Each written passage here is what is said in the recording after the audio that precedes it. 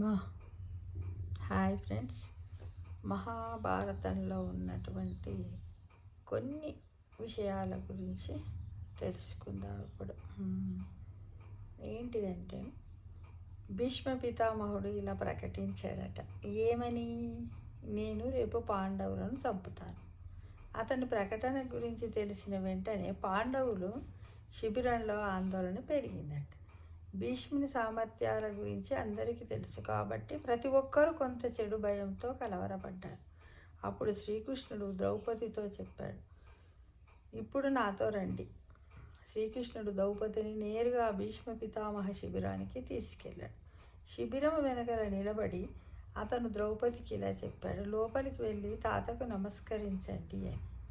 ద్రౌపది లోపలికి వెళ్ళి తాత భీష్ముడికి నమస్కరించినప్పుడు అతను అఖండ సౌభాగ్యవతి భవ అని ఆశీర్వదించిన తర్వాత ద్రౌపదిని అడిగాడట, ఏంటమ్మా ఇంత రాత్రి మీరు ఒంటరిగా ఇక్కడికి ఎలా వచ్చారు? శ్రీకృష్ణుడు మిమ్మల్ని ఇక్కడికి తీసుకువచ్చాడు కదా. అప్పుడు ద్రౌపది ఇలా చెప్పిందట, అవును తాతయ్య, వారు గది బయట నిలబడి ఉన్నారు అంది ద్రౌపది. అప్పుడు భీష్ముడు కూడా గది నుండి బయటకు వచ్చాడు. మరియు ఇద్దరు ఒకరినొకరు నమస్కరించుకున్నారు. ఎవరెవరు? భీష్ముడు, శ్రీకృష్ణుడు. భీష్ముడు చెప్పాడు, నా ఇతర పదాల నుండి నా మాటలలో ఒక్కదాన్ని కత్తిరించే పనిని శ్రీకృష్ణుడు మాత్రమే చేయగలడు. శిబిరం నుండి తిరిగి వస్తున్నప్పుడు శ్రీకృష్ణుడు ద్రౌపదికి ఇలా చెప్పాడట, మీ తాతకు ఒకసారి వెళ్ళి నమస్కరించడం ద్వారా మీ భర్తల జీవితాన్ని పొందారు. మీరు ప్రతిరోజు భీష్ముడు, ధృతరాష్ట్రుడు, ద్రోణాచార్యుడు మరియు ఇతరులకు నమస్కరిస్తే, మరియు దుర్యోధనుడు, దుశ్శాసనుడి భార్యలు మొదలైన వారు కూడా పాండవులకు నమస్కరిస్తే బహుశా ఈ యుద్ధము జరగకపోవచ్చు అన్నాడంట.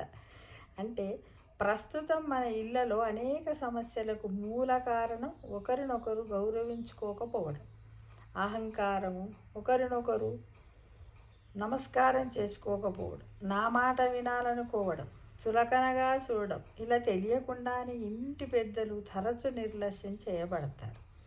ఇంటి పిల్లలు మరియు కోడళ్ళు ప్రతిరోజు ఇంటి పెద్దలందరికీ నమస్కరించి వారి ఆశీర్వాదాలు తీసుకుంటే అప్పుడు ఏ ఇంట్లోనూ ఎలాంటి ఇబ్బంది ఉండదు.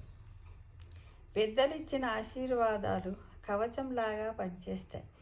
ఏ ఆయుధము నుండి చొచ్చుకుపోదు. కాబట్టి ప్రతి ఒక్కరు ఈ సంస్కృతిని నిర్ధారించుకోండి, మరి నియమాలను పాటించండి. అప్పుడు ప్రతి ఇల్లు స్వర్గం అవుతుంది. ఎందుకంటే నమస్కారం ఒక క్రమశిక్షణ, నమస్కారం ఒక చల్లదనం, నమస్కారము గౌరవాన్ని నేర్పుతుంది, నమస్కారము నుండి మంచి ఆలోచనలు వస్తాయి, నమస్కారమును సంస్కరించడము నేర్పుతుంది, నమస్కారము కోపాన్ని తొలగిస్తుంది, నమస్కారము కన్నీళ్లను కడిగివేస్తుంది, నమస్కారము అహాన్ని నాశనం చేస్తుంది. నీటి చుక్క నదిలో పడితే గుర్తింపు ఉంటుందా చెప్పండి? అదే నీటి చుక్క ఆకు మీద పడితే మెరిసిపోతుంది. అవునా? నీటి చుక్కలాగా ఎక్కడ సాంగత్యము లభిస్తుందో అక్కడ నీ ప్రతిభ ఇముడుతుంది. దుష్ట సంస్కారాలు వదిలి మంచి సంస్కారాలు అలవర్చుకుంటే తరతరాలుగా వంశాభివృద్ధి జరుగుతుంది అని మనము తెలుసుకోవాలి. సర్వే జనాః సుఖినో భవంతు అంటూ మనమందరం ఈ విధంగా పాటిద్దామా?